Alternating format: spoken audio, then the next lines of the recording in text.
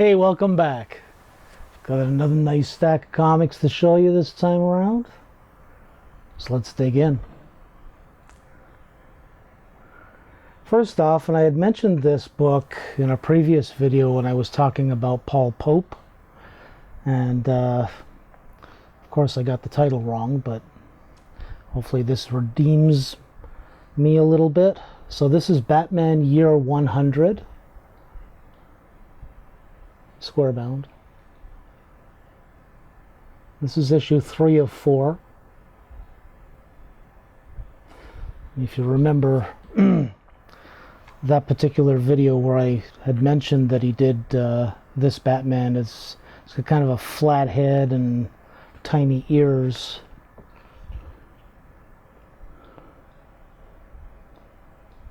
Just love his art style.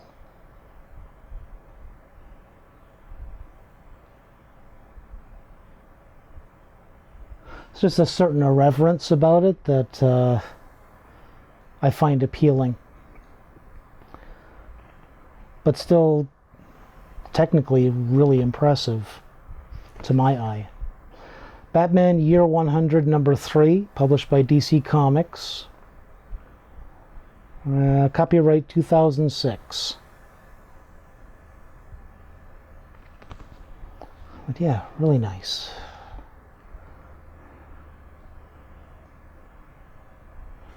Just looking for another example of the work. Very cool.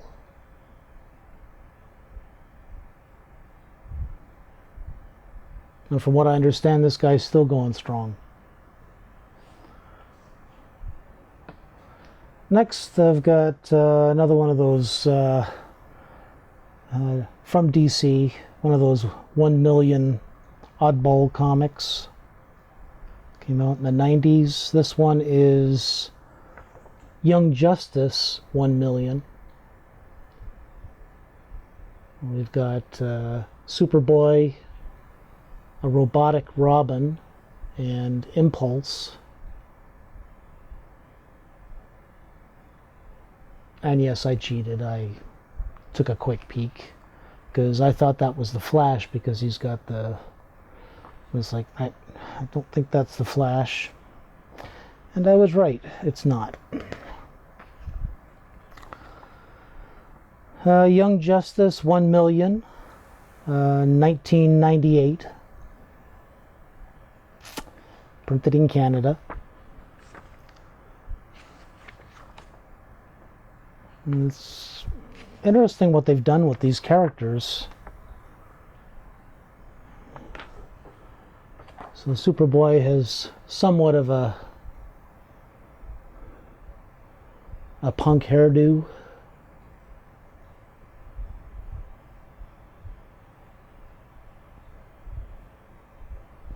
And Robin is a robot.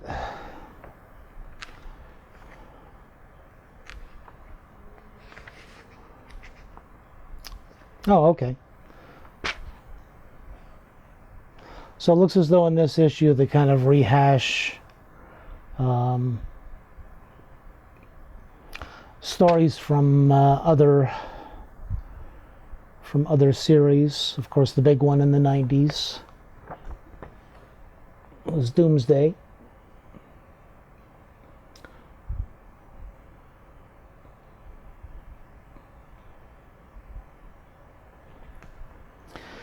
Really nice artwork, though. It's the colors really pop on this one because they've used a coated stock.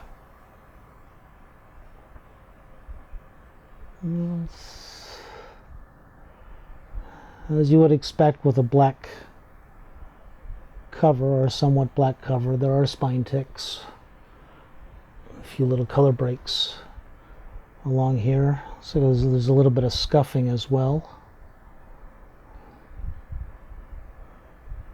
Not too bad, though. I mean, I'm starting to get somewhat of a collection of these 1 millions. Not sure what I'm going to do with them after I'm done enjoying them, but it's just one of those impulsive things right now. Whenever I see them, snap them up. Next, from Marvel, and I don't often see this one because it's issue 2 of Conan the Barbarian movie special. You see number 1 all the time, or at least I do, and it's a newsstand. You see number 1 all the time, you don't really see number 2. I will also have to double check if this is Canadian price variant, 75 cents in the 80s. I don't remember. Conan the Barbarian movie special, volume 1, number 2, November 1982 by Marvel Comics. So this is the adaptation of the Schwarzenegger movie. Did the artwork. Okay, so Buscema did the artwork, appropriately enough.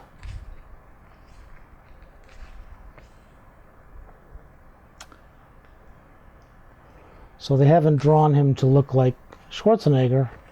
They've drawn him to look like the Marvel Comics Conan.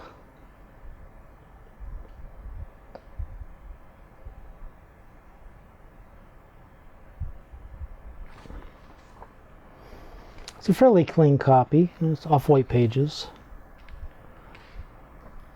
I believe I found this one in at a flea market.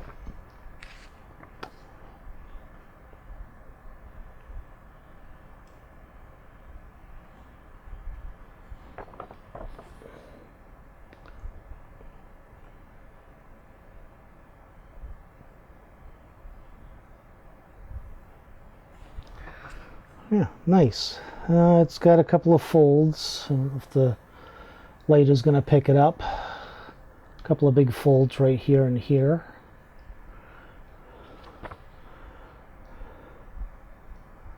Yeah. Yeah, color breaks. A few spine ticks. Really noticeable on the black of the tree. There.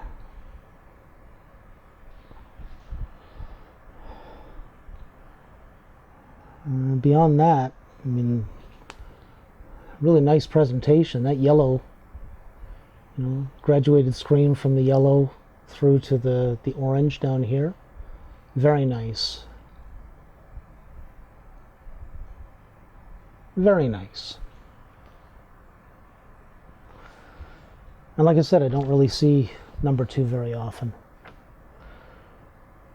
Next up, this is a series that I fell in love with back in the day. From, I believe he's an Australian comic creator. I apologize if I'm wrong.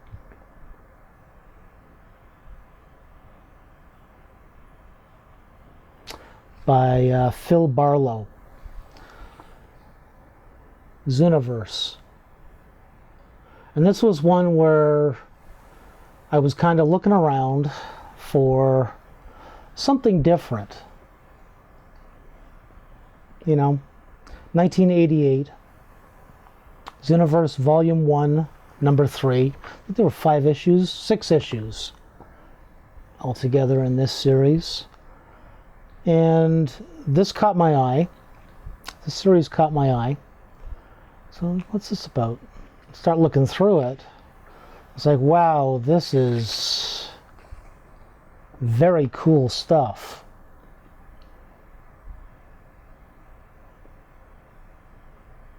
In 88, some of you, if you're familiar with the Nelvana animated movie Rock and Rule, I think Iggy Pop did the voice of one of the characters, and Deborah Harry did the voice of one of the other main characters. You see this guy? I think that's probably what caught my attention. I could be wrong. It could be a false memory there. but it's just the style that Barlow uses throughout. Barrow, is it Barrow or Barlow? Fall in love with the book and then get the guy's name wrong. Phil Barlow.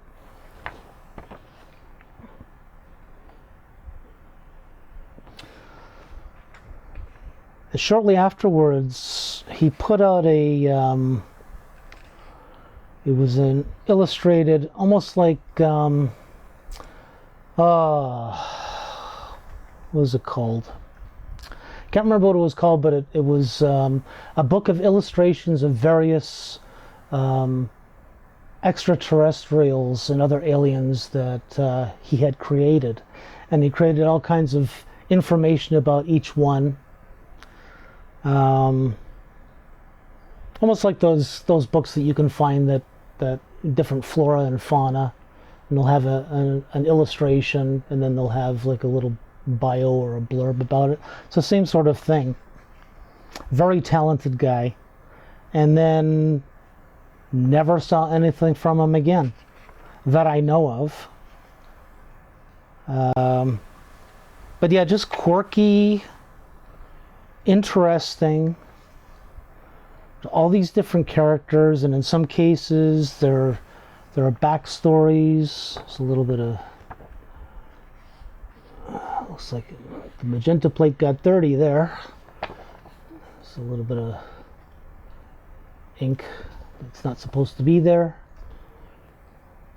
but just the style of art and the storytelling, just a fun book. And I've seen these issues every so often. I'll see them in dollar bins and I'll see them in 50-cent bins, and they're usually chewed up.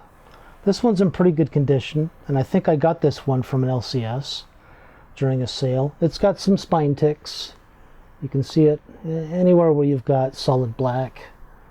Any sort of handling whatsoever is probably going to end up creating these spine ticks and color breaks. But this one's had a bit of a life. It is a wraparound cover as well, which is kind of nice. But yeah, I definitely suggest, if you see this, and maybe you have, and it's like, I don't recognize this title at all. If it's in a 50-cent bin or a dollar bin, pick it up, especially if it's number 1 or number 2, and then you can kind of dive into the story, and it's just freaky amazing, if I can use that term without sounding too much like a fanboy. But yeah, and I don't recall ever seeing anything from this guy afterwards, other than that book that came out. Maybe it didn't do well in sales, I don't know.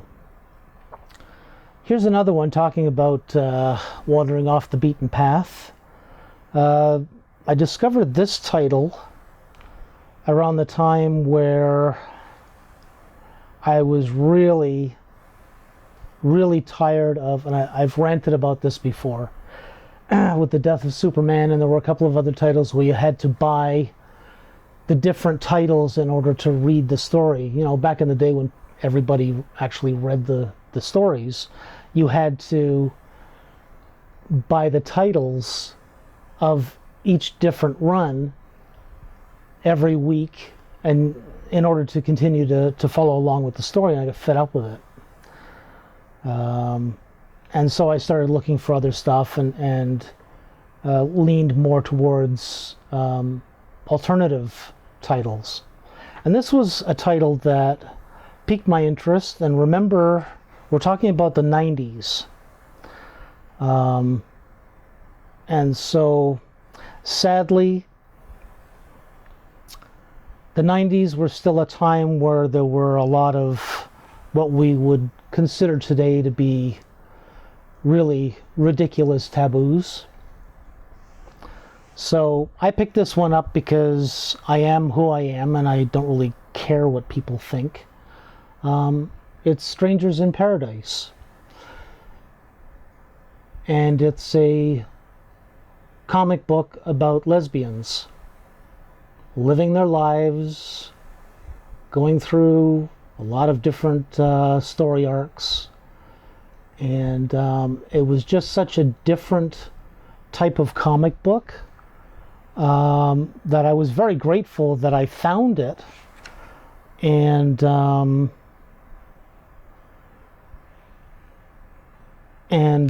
really got to understand even more than I already knew, that at the end of the day, people are people.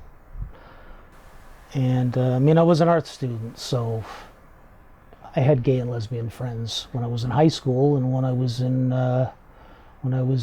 post-secondary. So it really wasn't that big a deal because they were just friends. But this was a groundbreaking series for its time, not too long ago. And sadly, in some ways, these days in 2025, it seems like we're returning to that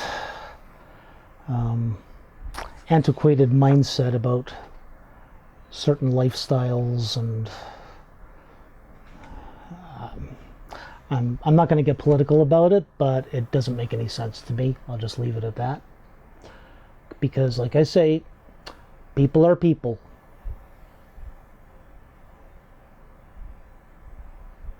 And if their sexuality has absolutely nothing to do with your relationship with them, then just leave it at that and take them as people. But yeah, I was very happy to find this one because it was so different from a lot of the other books that I was collecting and looking at. Here's another one. This is a bit of a heartbreaker. So this is Bone number 4. And I think I've told this story as well.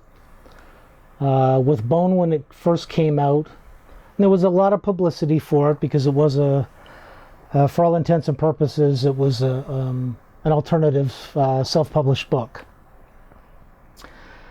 Got a lot of publicity, and I took a look at it at the time when it was hot. I basically ignored my knee-jerk reaction to anything that's hot, and there's a lot of publicity for. My natural knee-jerk reaction is to recoil from it and just kind of wait. But with this one, I took a look at it, and my first impression was, oh, this is derivative of Pogo, which was Walt Kelly's hugely successful comics series from, I believe it was the 50s and 60s. My old man was a fan of Pogo, and it was a lot of it had to do with political satire of the time. And so I was like, oh, okay, well, if I'm gonna concentrate on a book like Bone, then why don't I just look for Pogo? You know, go to the source. I was wrong.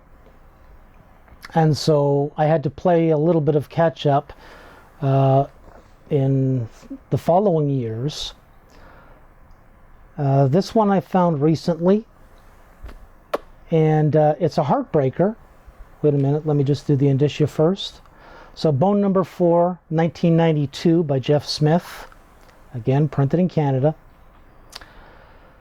This is a bit of a heartbreaker in that I picked it up knowing at the time, because it's so obvious, that it was a damaged book. And what happened is the first few issues of Bone that came out, the publisher would put a price tag directly on the cover and then send it out to the comic book shops. Well, in this particular case, it's got a big scratch there, but in this particular case, whomever bought it decided that they wanted to pull the price tag off, and ended up making a little peekaboo hole in the cover. of number 4,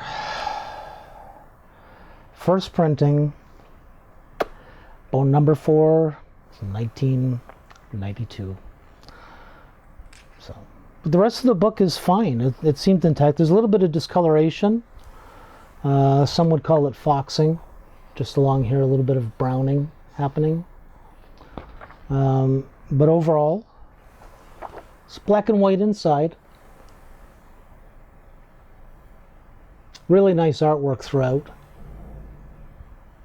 And yeah, I'm sorry I slept on this one in hindsight, but like I said at the time, it was like,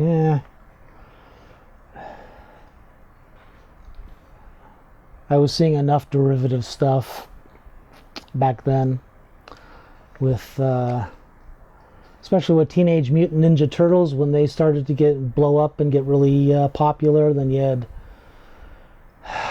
radioactive hamsters and mice on motorcycles and fish police and all kinds of stuff. So it was like, I don't think so. But so many people, and so many young people now, they love this. They love this stuff, which is great to see. That because they grew up with it, or were familiar with it when they were kids, that nostalgia bug is starting to nudge at them a little bit, and they're looking for these books now. They're looking for the 90s books that they grew up with. Unlike old farts like me, who are looking for stuff from when I was a kid, like this bad boy, 80-page giant Batman, number 208.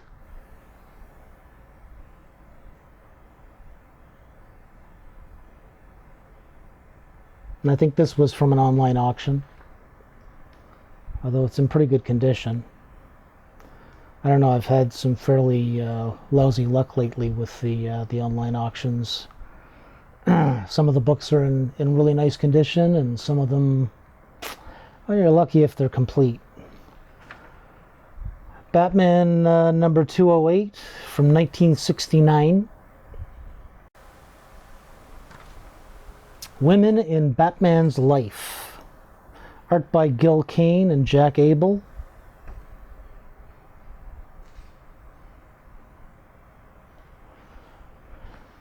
So this stuff looks to me as though it's reprinted, possibly from newspaper funnies.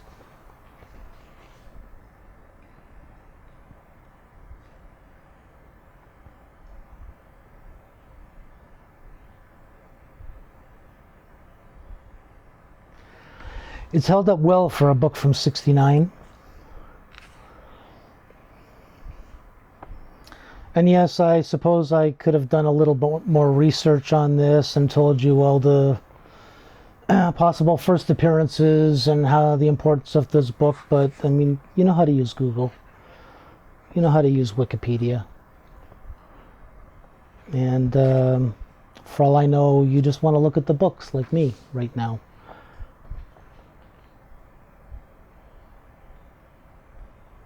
Very nice.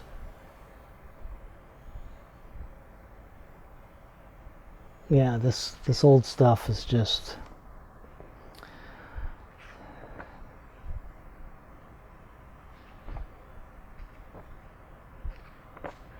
It's just cool, cool, cool. Ha ha ha. It's a version of the Batmobile.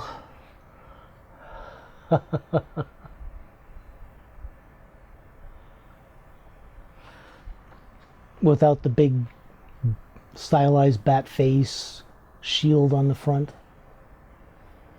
Okay, and then lastly I've got, and this is a funny story.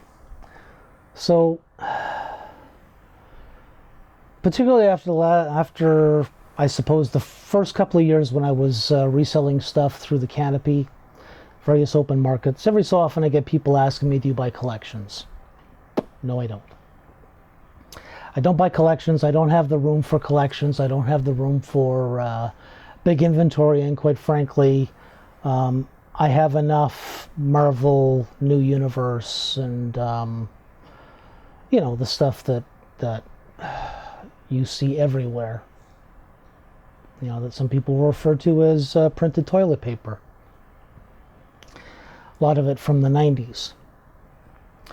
So I'm very wary. But yeah, that I've been getting that the last couple of years, and when I've been selling through the canopy at open markets, whether it was at Stittsville or at in the Byward Market and elsewhere. And then I opened the shop a couple of months ago. And incidentally, thank you for everyone who's dropped by and checked out the shop and found some treasures.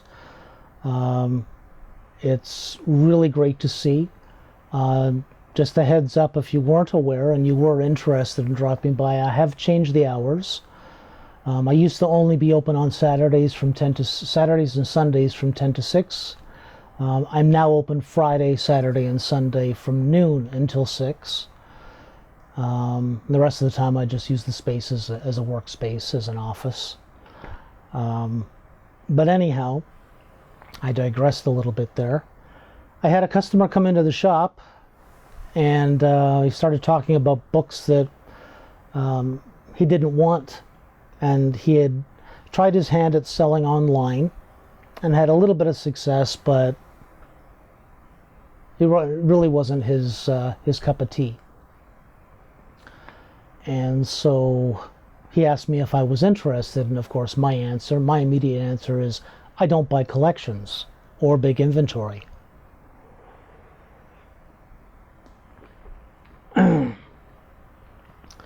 But for some reason I also asked, and I don't usually, but for some reason with this particular customer, because we had chatted for a while before he brought it up, I asked him, but like, what are we talking about here? What titles?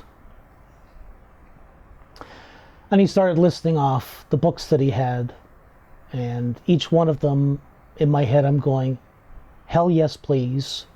Oh yes, hell yes, please. Yes, yes, yes. And so he brought them in the following weekend. I took a quick look through them. There was a lot of Frank Miller stuff, some of which I've already put into inventory. Because I've enjoyed a lot of that stuff previously. And one of the series that he also sold me, I'll just show you the first issue. Hard Boiled.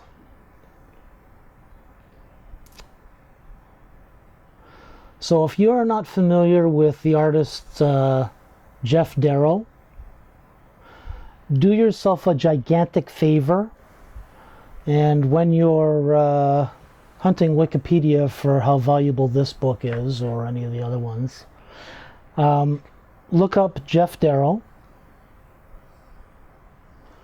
There's his name right there.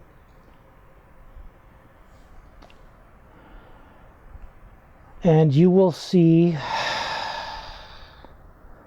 just have to be careful here because this is for mature readers and there is a lot of nudity and a lot of graphic violence. It lives up to its name. This is a classic series. This is an iconic series in my opinion. And I had the trade, back in the day I actually picked up the trade and I had it for years. Sadly, I didn't really take care of it, but it was in good enough condition that I sold it. And regretted pricing it up and putting it for sale, but I figured, okay, well, I've enjoyed it enough. Let it find a new home. Nope, can't show that page. I'm trying to find one of his ultra... Okay, well, I'll start with this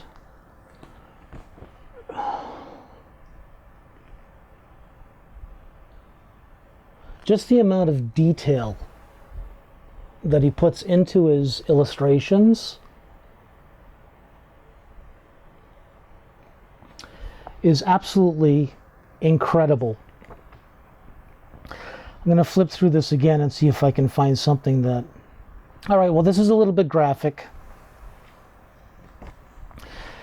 So if you don't want to see... Actually, here's one. It's also kind of graphic. There's a lot of dead bodies, but you'll get the idea. The amount of detail that he puts into his illustrations is absolutely mind-blowing. Just incredible work. And it's consistent throughout. As I say, I can't show you every page. I'd love to, but just can't do it because there is nudity. It gets really graphic. But I mean, here's another one where... I mean, just look at that. Look at the detail. It's also pretty funny. Babies and chocolate bars. But just the amount of detail that he puts into his work. You could just sit for hours and just look at each panel. And just kind of drink it all in. And, yeah. That customer walked in with all 3 issues. It's a 3-issue series. But I'd show you the other 2 covers, but one's got a guy with a hole blown through his head. And then the second issue, the cover, pretty well everyone is either coughing up blood or bleeding from large wounds. So we'll keep it to the first one. But yeah, that was a huge surprise. And there were others that came with that lot that he sold me. So I guess I kind of broke the barrier on that, but I still maintain that I do not buy collections. I much prefer to buy individual books to keep the inventory tight and to kind of keep a somewhat of a tight leash on what it is that I'm spending money on, but at the same time keeping an eye out for stuff that customers will ask me for. Hard Boiled from 1990 by Dark Horse Comics, again printed in Canada. But yeah, very happy, very, very happy to have this back in my hands. It's not the trade that I originally bought back in the day, but it's the same guts, figuratively and literally. And, wow. I need to use this bad boy this time. Cool. It's because I wasn't on my phone very often today. But yeah, that's all I have for you this time round. Thank you for sticking with me. I know I didn't upload a video for the last 2 or 3 weeks. Really had to do with just scheduling and trying to figure out how to fit everything in with the new hours for the shop, as well as, you know, boring real life stuff. So thank you very much, and again, thank you very much for checking out the shop. The new hours are noon to 6, Friday, Saturday, and Sunday. Upstairs at 455 Hazeldean Road, in the heart of Canada, in the west end of Ottawa. I think that's pretty well it for now. I've got a couple of more things that will be happening soon enough, again, once I figure them out and I'm able to kind of fit them into this whole adventure called Haul Rat Comics. We'll see. It may take a while, so I don't really want to talk too much about it because I am in Ottawa, and there's a tendency to think that talking about it is the same as doing stuff, so I would rather do it than talk about it. Other than that, yeah, enjoy your week, and have a good one, man. Cheers.